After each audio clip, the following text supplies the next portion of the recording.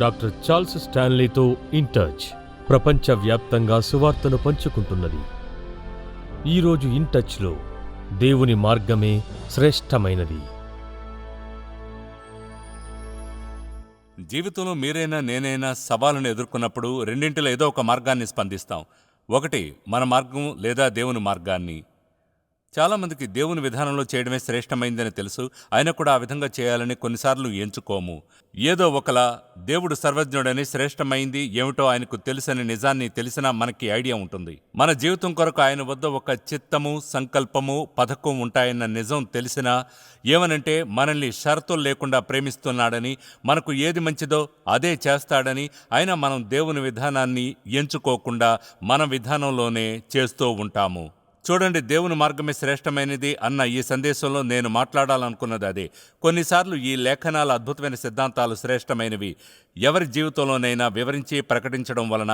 కనుక మీరందరూ బైబిల్స్ని తెరిచి నిర్గమ పుస్తకాన్ని చూడండి. అందులోని 2వ అధ్యాయాన్ని చూద్దాం.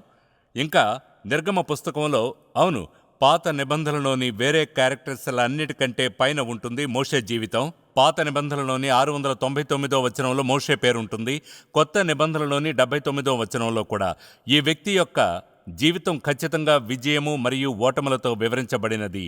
వచనాల ద్వారా దేవుని విధానంలో చేయడానికి తిరస్కరించిన వారిని, అందువలన వారికి కలిగిన సమస్యలను, అనుభవాలను, అలాగే దేవుని విధానంలో చేసిన వారివి తెలుసుకోగలము. కనుక ఈ సందేశం యొక్క పూర్తి ఉద్దేశం ఇదే. ఏమనంటే మోషే జీవితాన్ని తెలుసుకుని ఇలా అనడమే, మీ విధానంలో చేసినప్పుడు జరిగేది ఇదే, దేవుని విధానంలో చేసినప్పుడు జరిగేది ఇది. బహుశా మీరు నేను ఈ రెండింటిని గాని చూస్తే మన మనస్సులో మనకే తెలుస్తుంది, దేవుని విధానంలో చేయడమే ఎప్పుడూ కూడా అత్యంత లాభకరమైంది, శ్రేష్టమైంది, తెలివైనది అన్నది.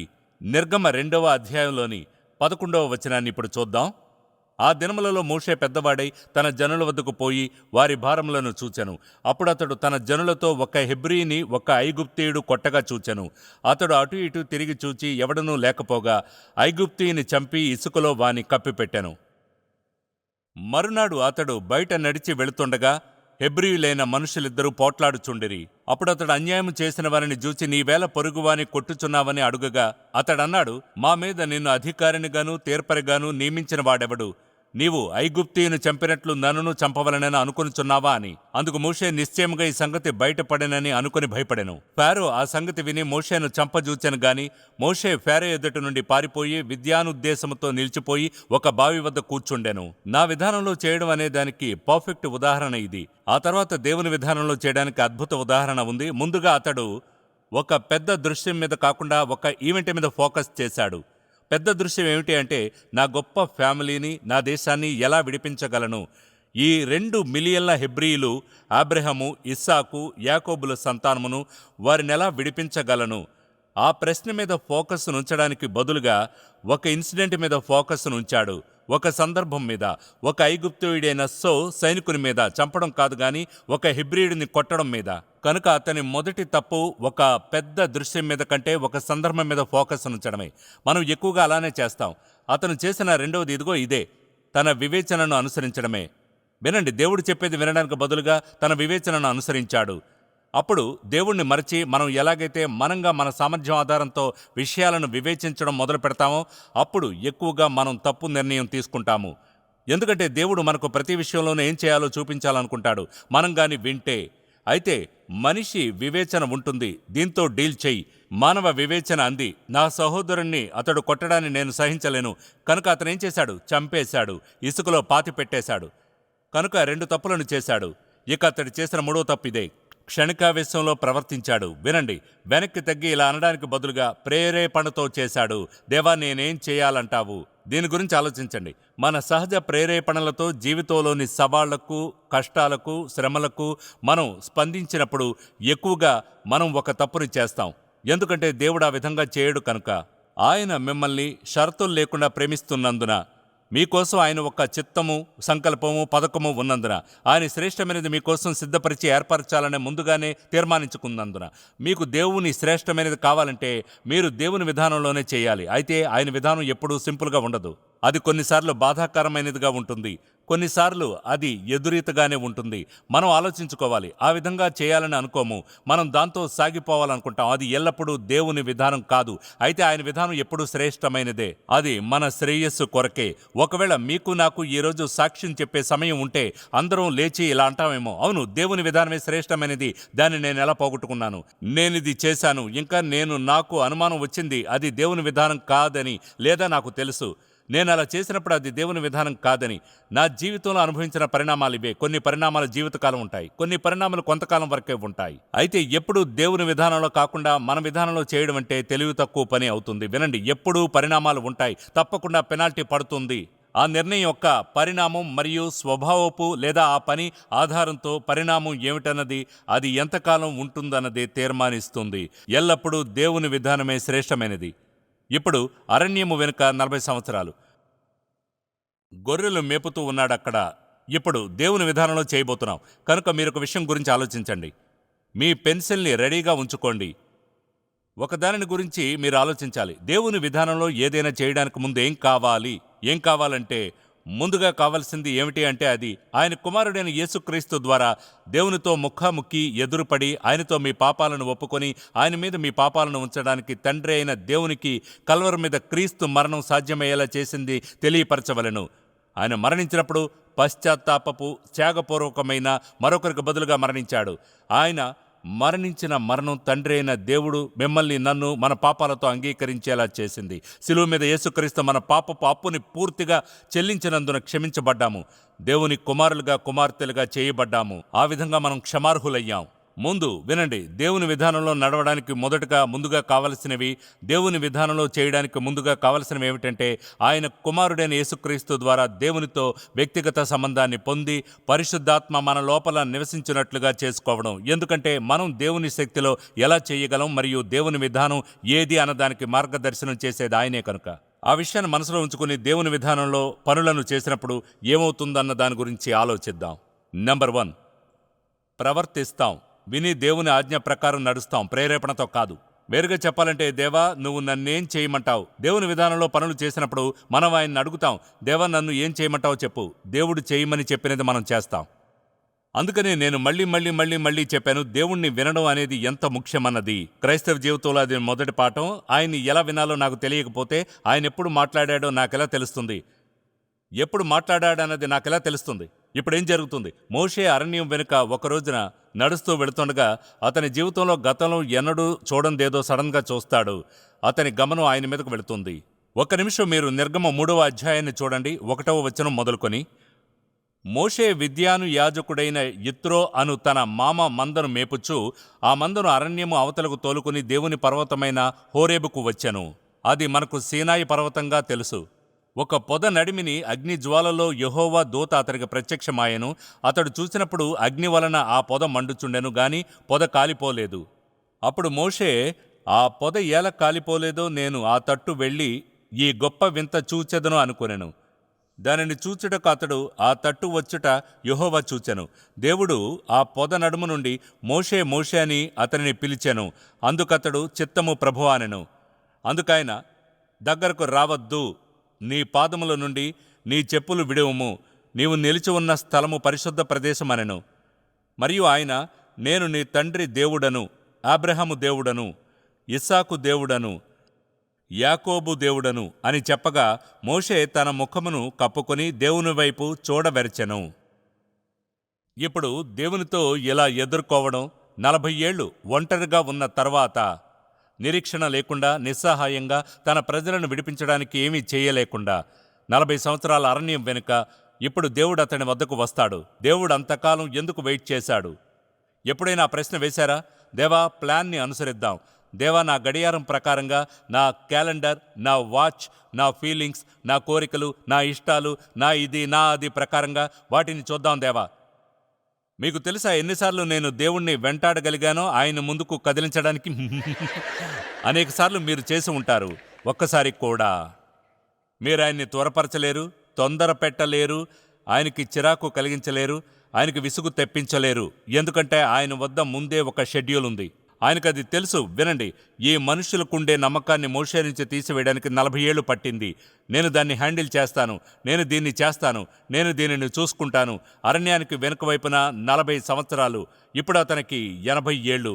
దేవుడు అతని వద్దకు వచ్చాడు. అప్పుడేం జరిగింది? నాకు ఈ వచనపు భాగం ఇష్టం, ఎందుకంటే సింపుల్ అయిన వచనాలలో ఎన్నో నిజాలు చుట్టబడి ఉన్నట్లు అనిపిస్తుంది. మీరిప్పుడు వెనక్కి వెళ్ళి నిర్గమ 3వ అధ్యాయాన్ని చూడండి. అతనంటాడు, అతనది చూశాడని, మండుతున్న పొదని, దేవుని దూతను చూశానని. ఆ దూత ప్రభువు యేసుక్రీస్తు అతనితో మాట్లాడుతున్నాడు. అతను చూడగా పొద మండుతూ కనిపించింది. ఇప్పుడు అతనేమన్నాడో వినండి. ఆ పొద ఎలా కాలిపోలేదో నేను ఆ తట్టు వెళ్ళి గొప్ప వింత చూచెదను అనుకోనేను. మీరు వింటున్నారా? ఎన్నిసార్లు దేవుడు మీతో ఏదో చెప్పాలనుకున్నాడో నాతోనూ, అయితే మనం తిరిగి చూడకుండా ముందుకు అలా సాగిపోయామేమో. మనది చాలా బిజీ స్కెడ్యూల్. మనం చేయవలసినది ఏదో ఉంది, మనం సాధించాల్సింది ఏదో ఉంది. కనుక పక్కకు తిరిగి చూడకుండా, దేవుని మనతో మాట్లాడనివ్వకుండా మన పని కోసం ముందుకు సాగిపోయాం. తర్వాత వచనం చూద్దాం. మోషే ఇలా అన్నాడు, ఆ పొద ఎలా కాలిపోలేదో నేను ఆ తట్టు వెళ్ళి ఈ గొప్ప వింత చూచెదను అనుకొనెను. దీన్ని చూడండి. దాన్ని చూచుటకు అతడు ఆ తట్టు వచ్చుట యెహోవా చూచెను. దేవుడు ఆ పొద నడుమ నుండి మోషే మోషే అని అతనిని పిలిచెను. అందుకతడు చిత్తము ప్రభువా అనెను. ఎన్నిసార్లు దేవుడు మనతో మాట్లాడాలని అనుకున్నాడో మనం అస్సలు గమనించనే లేదు. ఎన్నడైనా మీరు విన్న హాస్యాస్పదమైనది ఇది కాదా? దేవుణ్ణి వినలేనంత బిజీగా ఉన్నాం. దేవుడి మాట వినలేనంత బిజీ. నా షెడ్యూల్, నా ప్లాన్లు, నేను సాధించాలనుకునేవి, నేను పొందాలనుకునేవి, దేవుణ్ణి వినలేనంత బిజీ. ఎంత అవివేకం! దేవుడి మాట వినలేనంత బిజీగా ఉండడం అంటే ఎంత బుద్ధిహీనత! ఎన్నిసార్లు దేవుడు ఏదైనా చెప్పాలని అనుకున్నాడో, అయితే ఆయన గాలితో మాట్లాడాడు కదా, ఆయన మన మనసుతో మాట్లాడతాడు. మనం వినాలనుకోనప్పుడు, మనం ఆ విషయంపై గమనం ఉంచనప్పుడు ఎక్కువగా ఆయన మార్గాన్ని మన ముందు బలవంతంగా ఉంచడు. ఎప్పుడైనా ఒకసారి చేస్తాడు, అయితే ఎక్కువగా చేయడు. కనుక ఇప్పుడు చూడండి ఏం జరుగుతోందో. ముందుగా అతడు ఆ దేవుని ఆజ్ఞ మీద ప్రవర్తించాడు, అతని ప్రేరేపణతో కాదు. రెండో విషయం ఇదే, ముందుగా వెళ్ళి విని అతడు తన సమయంలో కాకుండా దేవుని సమయంలో ముందుకు సాగాడు. ఇది దేవుని సమయం, దేవుడే అదంతా వర్క్ అయ్యేలా చేస్తాడు. ఇప్పుడు ఎప్పుడైనా ఎవరి మీదైనా ఒక థియోలాజియన్ వింటారు, లేదా లిబరల్ చెప్పినది. మీకు తెలుసా, ఎర్ర సముద్రపు అనుభవం దేవుని అద్భుతం కాదు అని? వాళ్ళందులోకి దిగినప్పుడు అదలా జరిగిపోయిందంతే. గాలి వీచడం మొదలుపెట్టింది, ఆ విషయాలన్నీ జరిగిపోయాయి. అందువల్ల వాళ్ళు నడిచి వెళ్ళిపోగలిగారు. అయితే ఒక విషయం తెలుసా మీకు? గాలి వీచినా, అక్షరాల దేవుడు ఆయన హస్తాన్ని చాపి నీళ్లను విడదీసినా అందులో ఎటువంటి తేడా లేదు. అది కరెక్ట్గా టైంకి జరగడం అనేది వింత కాదంటారా మీరు? పర్ఫెక్ట్గా ఆ టైంలోనే. అది దేవుడు చేసిన అద్భుతం. అది ఖచ్చితంగా దేవుని అద్భుతం. కనుక ఏం జరుగుతుంది వినండి. ఈసారి అతడు తన సమయంలో కాదు, దేవుని సమయంలో చేశాడు. కనుక మనం వీటిని చూస్తూ ఉండగా మీరు చూడాలనుకునేది దీన్నే. మనం దేవుని విధానంలో చేసినప్పుడు ఏం జరుగుతుంది? మనం అప్పుడు దేవుని ఆజ్ఞ ప్రకారంగా నడుస్తాం. మన ప్రేరేపణతో కాదు, మన సొంత టైమింగ్లో కాకుండా దేవుని టైమింగ్ కొరకు వెయిట్ చేస్తాం. ఆయన ఏమంటాడు? దేవుని సమయం కొరకు నిరీక్షించి బలమును పొందుడి. ఆయన అంటాడు, ధైర్యంగా ఉండండి. ఆయన దేవునికే వెయిట్ చేయండి. ఎందుకంటే ఎక్కువగా కూర్చొని దేవుని సమయం కొరకు ఎదురు చూడడం అంటే చాలా టైం పడుతుంది. కొన్నిసార్లు చాలా బలం కావాలి దేవుడు ఇలా అనే వరకు ఏమీ చేయకుండా ఉండడానికి. ఇప్పుడు సమయం వచ్చింది. ఇక మూడవది, మనకు అవసరమైన ప్రతిదీ దేవుడే ఏర్పరుస్తాడు. ఆయన విధానంలో చేస్తున్నప్పుడు, ఆయన విధానంలో చేస్తుంటే దేవుడు మీకు నాకు కావలసింది ప్రతిదీ ఏర్పరుస్తాడు. అతనికేం కావాలి? తనకంటే బాగా మాట్లాడగలిగేవాడు కావాలి. కనుక దేవుడు ఏం చేశాడు? ఆయన అన్నాడు, నేను నీ సహోదరుణ్ణి నీతో పంపుతాను. ఇక నువ్వు నేను చెప్పినది చెయ్యి. అది దేవుని స్వభావానికి నిజంగా అసంగతమైనది. ఆయన గుణమునకు మీకు నాకు మనకు అవసరమైన ప్రతిదీ ఏర్పరచకుండా మనల్ని ఏవైనా అడగడం అంటే. కనుక మళ్ళీ చెప్పుకున్నట్లుగా అదేమంటే ఆయనకు పూర్తిగా కమిట్ అయిన జీవితానికి పూర్తి బాధ్యతను ఆయనే తీసుకుంటాడు. మన విధేయత యొక్క పరిణామాలకు దేవుడే బాధ్యుడు. అందువలన మనం కానీ ఇలాంటి ఆల్ రైట్ పనిదే చేస్తాను దేవా, ఆ సమయంలో దేవుడే పూర్తి బాధ్యతను తీసుకుంటాడు, ఆ పని జరగడానికి అవసరమైన ప్రతి ఒక్కటిని ఏర్పాటు చేసేలా. అందువలన ఖచ్చితంగా దేవుడు దాన్ని ఏర్పరిచాడు. ఒక సహోదరుని ఇవ్వడమే కాదు, కానీ అత్యంత అద్భుతమైనది ఏర్పరిచాడు. వినండి, అత్యంత అద్భుతమైన నేచురల్ ఫినామినన్ యొక్క సమాకలనాన్ని. జరిగిన అన్ని విషయాలు సహజంగానే జరిగాయి. నది రక్తంగా మారడం, పరలోకం నుండి అగ్ని అది కిందకు రావడం లాంటివన్నీ దేవుడు వినండి, ఆయన సంకల్పాన్ని చిత్తమును సాధించుకోవడానికి కావలసిన ప్రతిదీ ఆయన ఏర్పరుస్తాడు. మీరు నేను చివరి ఫలితాలను చూడలేనందున దేవుడు మనల్ని చేయమన్నది చేయడానికి సందేహించినప్పుడు చూడండి, బహుశా దీన్ని లేదా దాన్ని, ఇది గుర్తుంచుకోండి. మీరు వింటున్నారా? ఆమెన్ చెప్పండి. మీరు గాని వినండి, దేవునికి విధేయత చూపుతుంటే పరిణామాల గురించి చింతించనవసరం లేదు. ఆయన ముందే చివరి ఫలితం ఏమవుతుందన్న దాన్ని నిర్ణయించుకున్నాడు. ఆయన ముందే ప్రకటించాడు. ఆయన తన సొంత జ్ఞానము ముందే ఆయన మనసులో మన క్రియ యొక్క చివరి ఫలితాన్ని నిర్ణయించాడు. ఆయనకు విధేయత చూపినప్పుడు ఏం జరుగుతుందోనని చింతించనవసరం లేదు. ముందే ఆయన దాన్ని పరిష్కరించేశాడు. ఆయన సొంత జ్ఞానముతో చివరి ఫలితాన్ని నిర్ణయించేశాడు. అందువల్ల మనం చింతించనవసరం లేదు. అందుకని ఇక్కడ అతడు దేవుని విధానంలో చేసినప్పుడు ఏం చూస్తామంటే, దేవునికై నిరీక్షించినప్పుడు, ఆయన స్పష్టమైన మార్గదర్శనాన్ని నమ్మినప్పుడు, దేవునికై నిరీక్షించి దేవునిలో నమ్మకం ఉంచినప్పుడు అతనికి అవసరమైన ప్రతి ఒక్కటే ఆయన ఏర్పరుస్తాడు. దానిని గురించి చింతించనక్కర్లేదు. ఒకవేళ ఇది దేవుని విషయంలో ఒకవేళ అనేది ఉండదు. దేవుడెన్నడూ ఈ స్టేట్మెంట్ని చేయలేదు. అనుకున్నాను, దేవుడు బహుశా అనుకున్నాను. దేవునితో తర్వాత ఆలోచించేదేమీ ఉండదు. ఎప్పుడూ అది ముందుగా ఆలోచించడమే. నియమించడానికి ముందే, గమ్యానికి ముందే, ఏదైనా సరే దేవుని విషయంలో అన్నీ ముందే జరుగుతూ ఉంటాయి. ఏం జరుగుతుందో ఆయనకు తెలుసు. మీరు గమనించాల్సిన 4వ విషయం ఇదే. ఏమనంటే, దేవుని విధానంలో చేసినప్పుడు మన జీవితంలోని భయాన్ని తీసివేస్తాడు. ఇప్పుడు కొన్నిసార్లు ఏ విషయంలో అయినా మనం కొంచెం భీతిగానే ఉంటే, మనం గాని చేయలేకపోతే, ఒకవేళ వేరుగా చెప్పాలంటే, మనంగా అనుకుంటే మన మనసుకు తెలుసు అది వర్కౌట్ అవుతుందని. దేవుడు చేస్తాడని మనకు తెలుసు, కానీ కొంచెం భయం ఉండొచ్చును. నిజమేంటంటే అది కొంచెంగా కలిగిన భావుకమైన విషయం, ఊగిసలాడడం. అయితే దేవుడు ఆ భయాన్ని తీసేస్తాడు. అప్పుడు జరిగేది ఇదే. సవాల్గా కనిపించే దేవుని చిత్తంలోని కొన్ని మొదటి అడుగులను వేసినప్పుడు మీకు కొంచెం భయం కలగవచ్చును. అయితే మీరు తెలుసుకునేది ఇదే: దేవుడు మిమ్మల్ని వెళ్ళమన్న మార్గంలో వెళుతున్నప్పుడు ఎంత దూరం మీరు వెళితే ఆ భయం అంతగా తగ్గుతుంది. అది పూర్తిగా పోయే లోపల అప్పుడు తెలుస్తుంది మీరు దేవుని చిత్తంలో నడుస్తున్నారని, దేవుని కాపుదలలో ఉన్నారని. వినండి, దేవుని యొక్క వనరులు, దేవుని శక్తిని, దేవుని ప్రేమను, దేవుని సంకల్పమును, దేవుని చిత్తమును, దేవుని పథకమును ఆయన విధానంలో చేసినప్పుడు పోగొట్టుకోలేరు. నేను మీకు శక్తియు, ప్రేమయు, ఇంద్రియ నిగ్రహం గల ఆత్మనే ఇచ్చాను గాని పిరికితనం గల ఆత్మను ఇవ్వలేదు అని.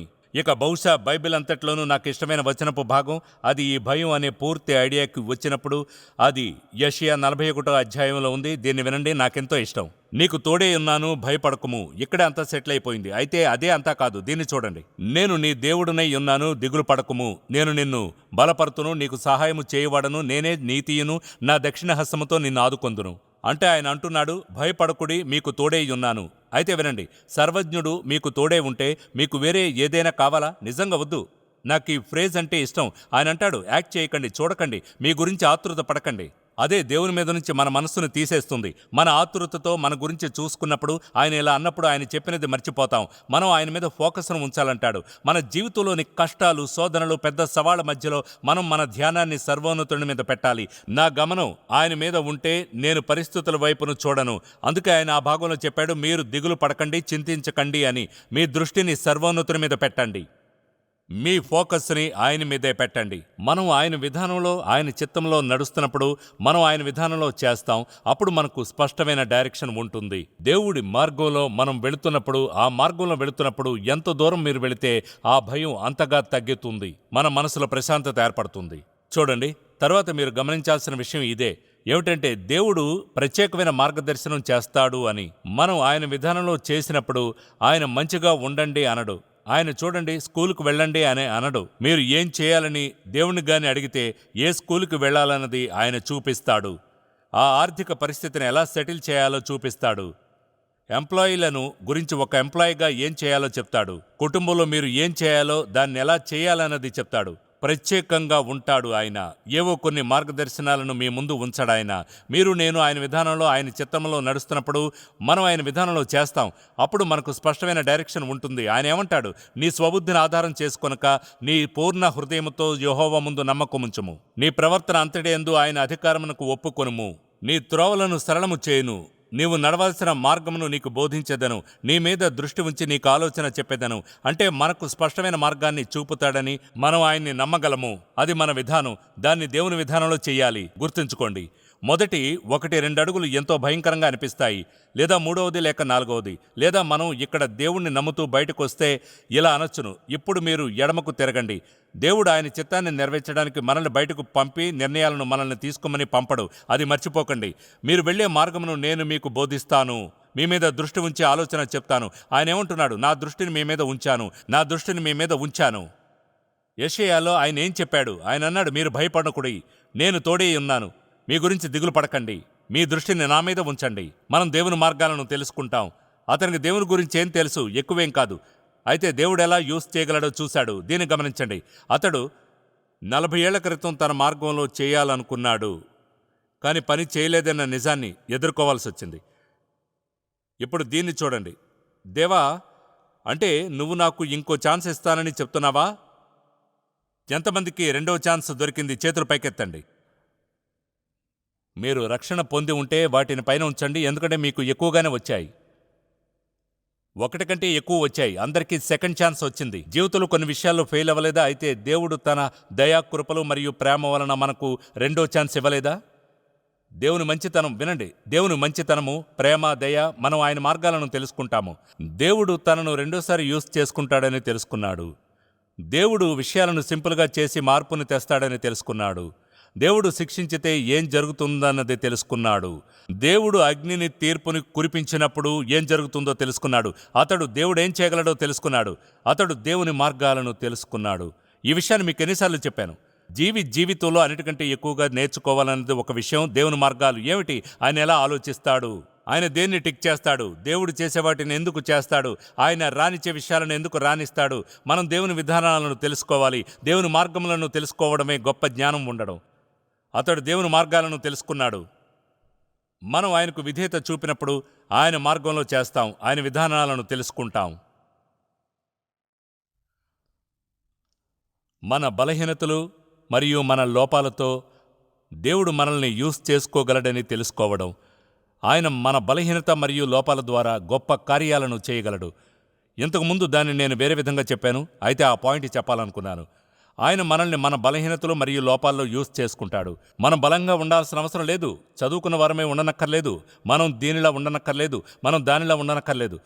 వినండి, ఫారో ఎదుటకు ఎంతో బలహీనుడిగా వెళ్ళాడు, మాట్లాడలేకపోయాడు, చేతిలో కర్రతో. అయితే ఆ సమయంలో నిస్సందేహంగా అత్యంత బలవంతుడైన వాడు అక్కడ ఉండాల్సింది ఉంది. అంతేకాదు, ప్రపంచంలోని అత్యంత అడ్వాన్స్డ్ సభ్యత కలిగి ఉండాలి. ఆయన అంటున్నాడు, నువ్వు చేయవలసింది ఇదే. గమనించగలిగితే గమనించండి. తర్వాత విషయం, మనం మన విధానంలో చేసినప్పుడు మన జీవితకాలం అంతట్లోనూ చేయలేని దాన్ని దేవుడు చాలా కొద్ది సమయంలోనే సాధించాడు. ఏం జరిగిందో ఆలోచించండి. ఎంతకాలం పట్టి ఉంటుందో? ఇశ్రాయేలు దేశాన్ని విడిపించడానికి మోషేకి ఎంతకాలం పట్టు ఉంటుందో? హెబ్రీ పిల్లలను ఒకవేళ తన మార్గంలో చేసి ఉంటే, అతను గానీ రెవల్యూషన్ని స్టార్ట్ చేసి ఉంటే, ఉదాహరణకు హెబ్రీల మధ్యన ముందుగా యుద్ధంలో వాళ్ళు నిపుణులు కారు, ఆయుధాలు లేవు. అయితే అనుకుందాం పెద్ద తిరుగుబాటు ఉందని. వాళ్ళందరి వద్ద ఓ కర్ర ఉంది, జావెలింగ్స్ కూడా ఉన్నాయి, కత్తులు, బల్లాలు, ఢాలు, రథాలు, నడిపేవారు, కట్ చేసేయడం, బలవంతంగా వేరు చేయడం. దేవుని మార్గంలో చేయండి, అప్పుడు కత్తి కూడా ఉండనవసరం లేదు. దేవుని మార్గంలో చేస్తే చెయ్యి కూడా ఎత్తనవసరం లేదు. దేవుని మార్గంలో చేయండి. మనం ఏమన్నామో గుర్తుందా? మనం మన జీవితాలను ఆయనకు లోబరిచినప్పుడు పూర్తి బాధ్యతలను తీసుకుంటాడు. కనుక ఇక్కడ ఏం జరగడం చూస్తామంటే, వాళ్ళెప్పుడూ బ్లెస్ చేయబడతామనుకున్నంత కంటే ఎక్కువగా బ్లెస్ చేయబడ్డారు. దేవుడు ఆయన మార్గంలో చేయడాన్ని చూస్తాం. విషయాలను సాధించడం ఏమైతే వాళ్ళెన్నడూ సాధించలేని విషయాలను మనం చూసేది ఏమిటంటే ఇదే. మనం దేవుని విధానంలో చేసినప్పుడు దేవునికి అధిక ఘనత, మహిమలను ఇస్తున్నాం. మీరు ఘనతను, మహిమను తీసుకోకండి. దేవుని విధానంలో చేసినప్పుడు ఆ ఘనత, మహిమ ఆయనకే చెందుతాయి. ఇప్పుడు దాని గురించి ఆలోచిద్దాం. మీ జీవితం కొరకు దేవుని వద్ద ఒక చిత్తము ఉన్నందున, ఒక పథకం మరియు ఒక సంకల్పం ఉన్నందున, ఆయన వద్ద శ్రేష్టమైనది ఉన్నందున, దేవుడు మీకోసం దాచి ఉంచగలడు. మీ కొరకు శ్రేష్టమైనది కోరుకున్నందున, దాన్ని ప్లాన్ చేసి ఉంచినందున, ప్రభు అయిన యేసుక్రీస్తుకు మీ జీవితాన్ని అర్పించడానికి సిద్ధంగా ఉన్నారా? మీ జీవితాన్ని దేవుని మార్గంలో జీవించడానికి, మీ జీవితంలో ఆయన మార్గాన్ని మీరు వేయనిస్తారా? అది సింపుల్. మీరు ఎవరన్నది ఎటువంటి తేడా తీసుకురాకూడదు. గతంలో మీరెంత పాపం చేశారన్న దాని వలన ఏ తేడా ఉండదు. మీ జీవితంలో ఏం జరుగుతున్నా ఎటువంటి తేడా ఉండదు. దేవుని మార్గంలో చేయడానికి జ్ఞానం ఉందా? ఆయన మాటను వింటాను, ఆయనకై నిరీక్షిస్తాను, ఆయన్ని నమ్ముతాను, ఆయన్ని అనుసరిస్తాను. నా కోసం ఆయన వద్ద శ్రేష్టమైనది ఉందని నమ్ముతాను. నాకు అవసరమైన ప్రతి ఒక్కటి ఏర్పరుస్తాడని తెలుసు. నాకిష్టమైన స్వప్నాలకు మించి ఆశీర్వాదాలు ఉన్నాయి నా కోసం. ఈ విషయాలను వర్కౌట్ చేయడానికి ఆయన శక్తిని నమ్ముతాను. ఆయన పట్ల విధేయతగా నడుచుకుంటే ఆయనకు ఘనతపరచబడి మహిమపరచబడతాడని తెలుసు. మై ఫ్రెండ్, మీరు నేను ఈ జీవితంలో ఎన్నడూ చూడలేనిది ఇదే. ఎన్నిసార్లు చాలా సింపుల్ విషయాల్లో దేవునికి విధేయత చూపుతాం. వేటి కోసమైతే ఆయన పరలోకంలో మనం ఎన్నడూ ఆలోచించిన విషయాలను ప్రతిఫలంగా ఇవ్వడానికి దాచి ఉంచుతాడు. అయితే అవి తండ్రి చిత్తము, అది దేవుడు చేయాలనుకున్నదే. ఆయన నడిస్తే మనం చేశాం, ఎందుకంటే అది మన జీవన శైలి. ఆయన మార్గంలో మనం నడిచినందుకు దాని గురించి ఆలోచించలేదు కదా. పోగొట్టుకునే ఛాన్స్ లేదు. వినండి, దేవుని విధానంలో చేసి పోగొట్టుకునే ఛాన్సే లేదు. మన విధానంలో చేసి గెలిచే ఛాన్స్ కూడా లేదు. యేసుక్రీస్తుని మీ రక్షకునిగా నమ్మగలిగే తెలివి మీకుందని నమ్ముతాను.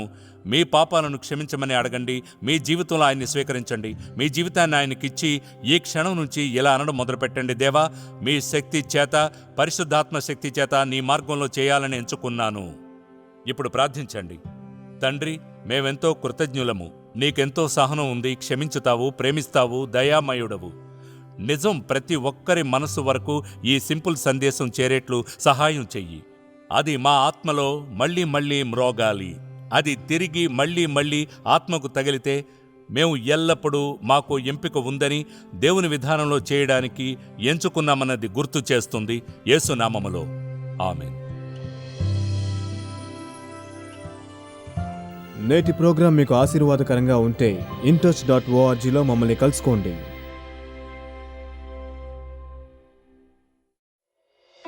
ఇన్ టచ్ ప్రపంచవ్యాప్తంగా ప్రజలందరినీ యేసుక్రీస్తుతో బలమైన సంబంధంలోకి నడపడం, స్థానికంగా ఉన్న సంఘాన్ని బలపరచడం.